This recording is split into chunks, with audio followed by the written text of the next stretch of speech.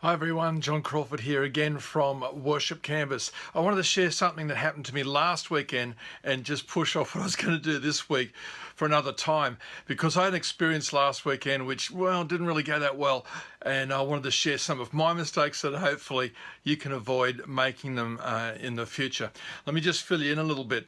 I was on holidays for a number of weeks and I decided to come back just a little early. I wasn't actually due to come back, but a really good mate of mine was preaching and I thought, oh, what a great idea to be able to lead worship with him and share that ministry together. And so I prepared the week before and I got all the songs ready. I picked the songs that I thought I knew really well. And then when it came to actually doing the worship service on the Sunday, well, it kind of went a little pear-shaped. Not too bad, but just enough to make me consider and think about what I was actually doing. Firstly, I hadn't played for about 5 weeks. Now, I lead from guitar. My main instrument's piano, but I lead from guitar, and I hadn't played since Christmas, and so my fingers, by the time I got into the worship set, were really sore. I felt like I was pushing like barbed wire down onto the fretboard of the guitar, and so my fingers were not ready. I'd lost all the calluses off them, and I wasn't cutting the strings as cleanly as I wanted to. Second thing is my voice was not prepared. I hadn't been singing like I normally sing to lead worship. You know, I always sing with a lead with a bit of extra passion or whatever, and my voice wasn't ready, and so I found it kind of cracked partway through and I had to cough and clear my throat. It wasn't ready either.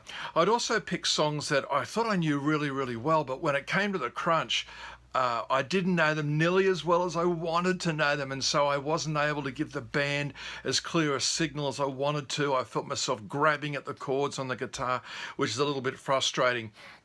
What else did I get wrong? This is a no-no. I had forgotten to change the battery in my guitar, and you can probably already guess what happened. Halfway through the actual set, the battery went.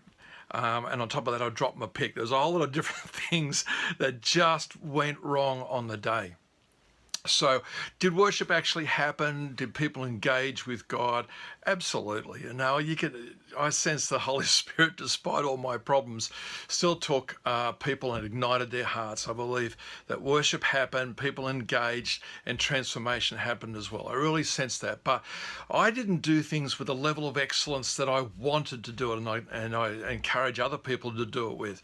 I was prepared, but I wasn't ready. So my fingers weren't ready, my voice wasn't ready, and I thought I was, and I relied too much on the past in order to do what I was doing on the day. So the lessons that I've learned that maybe you can learn from and not make the mistakes are probably pretty obvious, but let me spell them out for you right now. Firstly, even if you're not leading worship for a couple of weeks. I mean, if you're leading worship every single week, then you're going to hopefully be prepared spiritually and in heart. If you play an instrument, whether it's piano or guitar, or even if you don't play an instrument and you just lead without an instrument, that's just as good. You need to be ready with your hands and your voice and your instrument to make sure that they are really up to speed and you know the songs really well. Make sure they're ready and prepared. The practical things, make sure that you have a spare battery. Now, the funny thing is I had 2 spare batteries in my guitar case and I just forgot to put them in. And they're no good in the guitar case halfway through a service. So make sure you perhaps even put into your diary every month or 2 months, whatever you choose to do, to change the battery, whether it's used up or whether it's not. And on the side, have some spare strings. I've broken strings in the rehearsal before the service, and I've had 2 spare sets from which to choose from in order to change those strings over. So make sure you're just prepared in advance for that. Maybe even have a separate pick on hand, or 2 or 3, because you dropped them, I dropped them. So make sure you do that. That's the practical side. The other thing is, know the songs you're doing 120%. No, you're going to say that's not possible, but you just need to know them so well with words and melody and form and where you're going with the chorus and the verse and all that sort of stuff, so you can be flexible in the moment. Years ago, I had my piano teacher. My piano teacher was an international concert pianist, and so he knew it. He'd play with orchestras all over Europe and Australia, and just a genius as a player. And he said to me once, he said, listen, you've got to know your songs, your pieces of music 120%, because when you get up to perform, you lose 20%. And so what he was saying is some of the motor kind of things that you have going in your head and your hands just happen when you get distracted or when something goes wrong. It's just not your best day. And he was absolutely right. You need to be able to know the song so well that you don't have to think about it, or better still, you can actually engage with God while you're leading worship and help the people worship as well. So that's important, to know the songs better than you think you need to know them. I remember watching a documentary on SBS many years ago now, and it was about Afro-American choirs and why they were so good and how they rehearsed and how they did what they did. And they interviewed this lady who was she was like the best known, I think you'd call them like the doyenne, if you like, of choir conductors.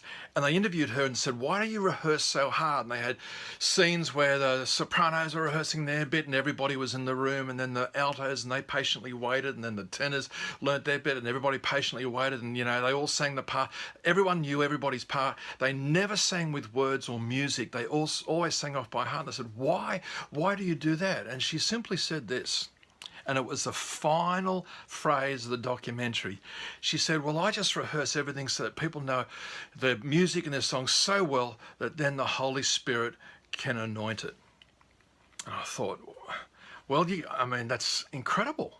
An incredible statement. And then the credits started to roll. I'll leave what that means up to you, and you can discern what that means. But there's a lot of truth in actually being able to know the song so well that the Holy Spirit just comes in and does what he wants to do, because we are not distracted by our inadequacies or our lack of preparedness. So at the end of the day, I was prepared, but I wasn't ready. And so I want to encourage you to learn from my mistakes this week as you lead worship this Sunday, and that you are just ready and prepared to be able to lead people into engaging with their amazing and wonderful God. Why don't you share just some of the mistakes maybe you've made, so that we can all learn from our mistakes and hopefully grow to be better worship leaders.